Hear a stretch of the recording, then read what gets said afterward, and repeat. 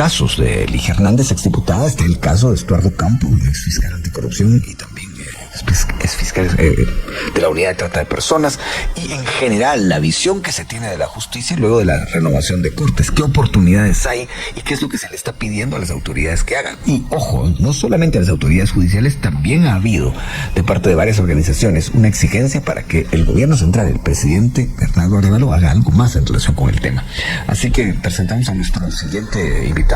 Así es, Felipe, se trata del doctor Jaime Chávez Alor. Él es director ejecutivo adjunto del Bond Center for International Justice. Bueno, doctor Chávez Alor, gracias por estar aquí. Muy buenos días.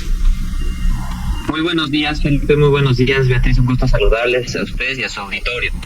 Bueno, vamos con la primera pregunta, Beatriz, adelante. Así es, doctor Chávez Alor. Hace apenas unos minutos, el señor Juan Papiar, subdirector de División de las Américas de Human Rights Watch, nos dijo que hay grupos corruptos de este país que han intentado hacer cabildeo con republicanos para de alguna manera moderar la narrativa. ¿Cómo ve usted esto en particular si es electo Donald Trump en la presidencia en Estados Unidos? Mira, pues definitivamente falta ver qué pasa, ¿no?, con las elecciones acá. La cuestión y lo que a nosotros nos llama mucho la atención es que pues haya grupos que específicamente están apoyando al candidato del Partido Republicano pensando que eso va a garantizar situaciones de impunidad o de apoyo a ciertas cuestiones que claramente, pues además de que tendrían que ser del ámbito legal de Guatemala, tienen que ver hacia una estrategia de criminalización o de corrupción, ¿no? Independientemente de quién gane las elecciones en Estados Unidos, pues los principios que se guían a través de los derechos humanos, el sistema de justicia, de una libertad de expresión, pues eso en principio no tendría por qué cambiar, ¿no?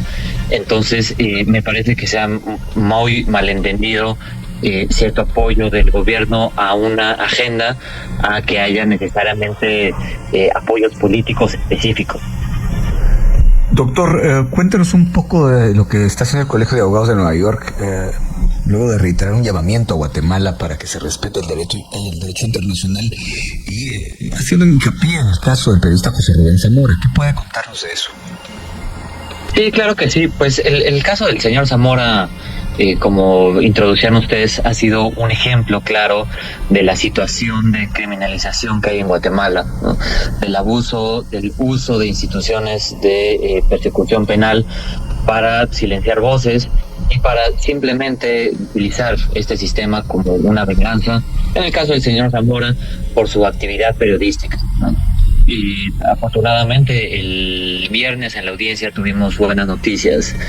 Pudo recobrar su libertad, por supuesto en arresto domiciliario, pero el día de sábado, y que lo que evidencia es claramente la necesidad de tener cortes independientes, ¿no?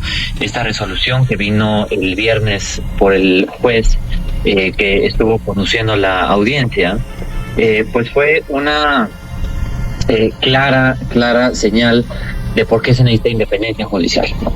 A pesar de que el Ministerio Público solicitó suspender la audiencia, de que otra de las partes recusó al juez por tener un interés específico en el caso, el juez pues se mantuvo firme, ¿no? Y el Colegio de Abogados de la Ciudad de Nueva York sacó un comunicado pues reconociendo que el juez se mantuvo firme en continuar con la audiencia y hacer una evaluación pues muy objetiva de la información que le presentaron las partes, ¿no?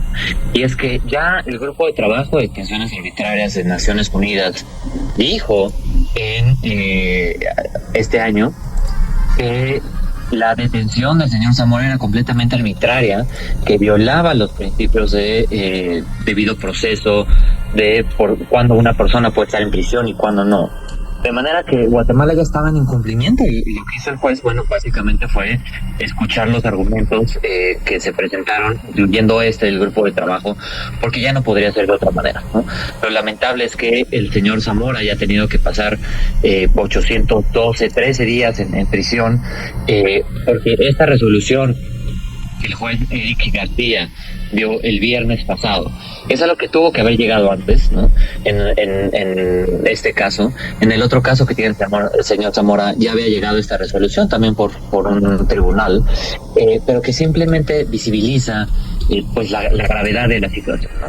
Hemos hablado con anterioridad que pues es normal que en muchos países los fiscales quieran abusar de su poder, pero no pasa mayores porque hay una judicatura que pone un alto, ¿no? En este caso, el juez García fue el que puso al alto a este abuso de la prisión preventiva del señor Zamora. Por eso no tendría que sorprendernos, eso debería ser más bien la norma, lo normal, ¿no? Y en los otros casos que hay también de criminalización, pues ya visto en el caso del fiscal Estuardo, ¿no? Pues que siguen difiriendo y dilatando la audiencia y simplemente no se puede llegar a conocer el tema específico.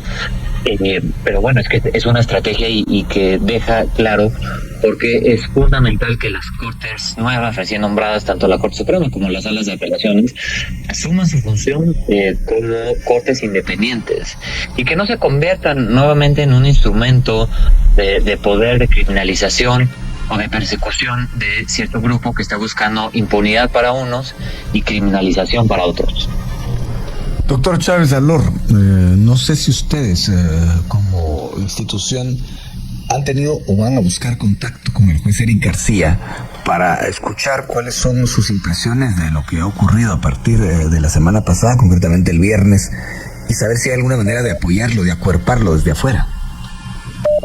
No lo hemos hecho, pero sí, justamente el día de hoy estábamos teniendo una discusión de eso y estaremos muy pendientes de saber si hay algún proceso o denuncia en contra del juez García por su actuación, ¿no? Que pues sería completamente inapropiada porque si alguien no está de acuerdo con la resolución del juez, pues para eso hay apelaciones y para eso hay procesos jurídicos. Pero en Guatemala se ha abusado completamente de denunciar a los jueces cuando a alguien no le parece algo, ¿no? Esto es algo completamente extraordinario, en otros países es inimaginable, ¿no? En Guatemala definitivamente se ha abusado de eso.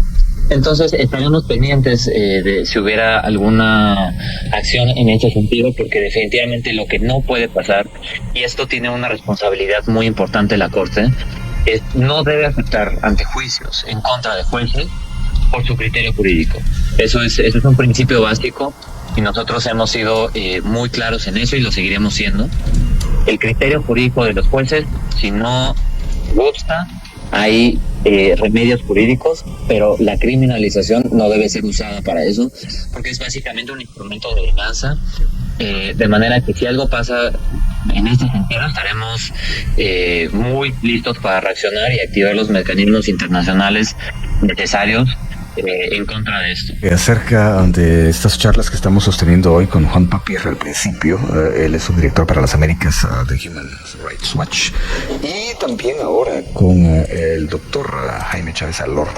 Él representa al Van Center for International Justice. Estamos hablando de la situación que vive el país luego de algunos cambios. Bueno, primero la renovación de cortes que se dio en tiempo, el 13 de octubre, y luego la liberación de José Rubén Zamora, esto por medio de una medida sustitutiva, y ciertos casos que están siempre haciendo noticia, uno de ellos el del exfiscal Estuardo Campo. Esto lo hacemos ahora con el doctor Chávez Alor, y el mensaje básicamente, doctor, decía lo siguiente: es importante que quienes están tratando de utilizar la justicia como un método, una manera de criminalizar a sus enemigos políticos, sepan que hay una observación internacional y un seguimiento permanente. ¿Esto usted cómo lo explicaría desde la perspectiva de quienes ven desde afuera esta situación?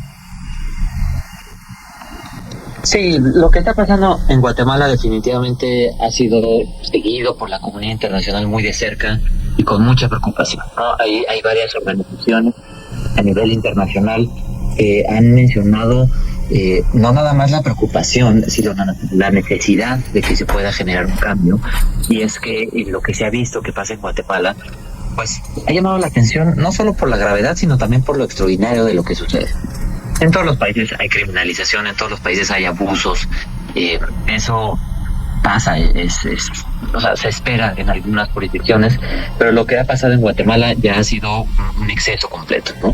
La cantidad de personas entre ex jueces, ex fiscales, ex defensores de derechos humanos, ex periodistas, que han tenido que ir al exilio por temor a terminar en prisión, es completamente extraordinario, ¿no? Es absurdo, es ridículo que se esté utilizando esto como un mecanismo para continuar garantizando impunidad, para intimidar a gente que está llevando a cabo su trabajo cuando no se hace de la forma en que alguien quiere que se haga, ¿no? Entonces, bueno, es muy importante mencionar que la observación internacional sigue, ¿no? En el caso específico del señor Zamora, que es quien nosotros tenemos su representación internacional, el trabajo sigue, porque el caso está ante la Comisión Interamericana de Derechos Humanos, el caso sigue ante el Grupo de Trabajo de Detenciones Arbitrarias de la ONU, porque hay que seguir actualizando lo que está pasando. Entonces, el hecho de que él haya podido salir de la cárcel, pues es un avance, por supuesto que se celebra y es muy bien recibido, pero los casos siguen, ¿no? Y la criminalización sigue. Entonces seguiremos estando pendientes, se seguirá informando a los mecanismos internacionales y por supuesto que todo esto pues tendrá consecuencias para el Estado de Guatemala a mediano plazo, porque las violaciones de derechos humanos ahí están, ¿no? Y esas no se pueden ocultar, no se pueden negar, por más que se diga que es intervencionismo y que se están metiendo en temas que le atañen a la soberanía de Guatemala. La realidad es que no es así. Guatemala también se ha comprometido en el uso de su soberanía a cumplir con ciertos estándares internacionales. Y toda esta estrategia de criminalización y estos abusos, pues están violando estos estándares. Doctor Chávez Alor, ¿cómo llevan la representación internacional del caso Zamora? ¿Qué significa esto? Nosotros somos los abogados del señor Zamora ante el Sistema Interamericano de Derechos Humanos. Ahí ya hay una petición de fondo, que es básicamente una demanda en contra del Estado guatemalteco por las violaciones de los derechos humanos del señor Zamora. Nosotros también lo representamos en el seguimiento de las medidas cautelares que él tiene, porque él es beneficiario de medidas cautelares de la comisión, y el Estado tiene que brindar información periódica de cómo están cumpliendo con estas medidas cautelares para cuidar de su integridad física, de su vida. Y esto también significa que somos sus abogados ante este proceso del grupo de trabajo de detenciones arbitrarias de la ONU. Y esto, bueno, nosotros estamos en constante comunicación con el gran grupo de abogados que tiene en Guatemala, ¿no? Que son los que están llevando sus casos a nivel nacional, para poder hacer los informes a los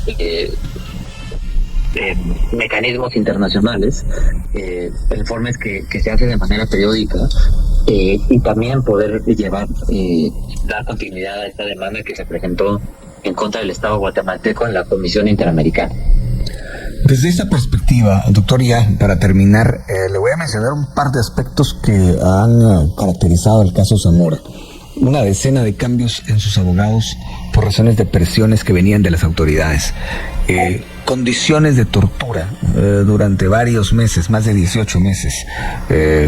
Esto en el régimen anterior. Y estos retrasos que se vivieron en diferentes audiencias. De esas tres cosas que le acabo de mencionar, internacionalmente, ¿qué es la que se ve peor? Pues todas, definitivamente todas, ¿no? Los tres aspectos que tú mencionas es parte de esta demanda que se ha hecho en contra del Estado guatemalteco. Se ha dejado claro que los casos por los que se les está llevando el proceso con el Ministerio Público y con los jueces penales, pues han estado plagados de una serie de violaciones al debido proceso, ¿no? Al derecho a un juicio justo. Se ha hecho mucho énfasis en las condiciones de detención en las que ha estado, ¿no? Y esto se ha hecho tanto en el sistema interamericano como en Naciones Unidas. Por parte de Naciones Unidas, un grupo de relatoras, ya hace tiempo, que incluyeron la de defensa de independencia judicial y de abogados, la de tortura, la de defensores de derechos humanos, envió una comunicación muy fuerte al Estado guatemalteco, pues haciendo ver todas estas violaciones a los estándares internacionales, la gravedad de esto, la necesidad de solucionar la situación de manera inmediata. algunas cosas el gobierno en esta administración ha sido mucho más receptivo, como el mejorar sus condiciones de detención, es algo que es importante reconocer. Pero bueno, las violaciones ya se acostumbraron, ya estuvieron, y esto ahora el Estado tiene una obligación también de reparar. Los casos siguen. Y esto, pues también hay una obligación del Estado de terminar estos casos que son completamente de criminalización. Y lo vimos ahora, ¿no? Felipe, Beatriz, en la audiencia del viernes, cómo ha habido un cambio completo de postura de 180 grados de la Procuraduría General de la Nación, ¿no? De ser una Procuraduría con el presidente anterior que apoyaba la criminalización y que apoyaba la prisión preventiva, por esta Procuraduría, bueno, tuvo una postura completamente opuesta, de decir, esta prisión preventiva no tiene ningún sentido. Entonces, eso se ha visto, pero no queda ahí. Sigue habiendo los juicios, y además se tienen que reparar las violaciones a los derechos humanos.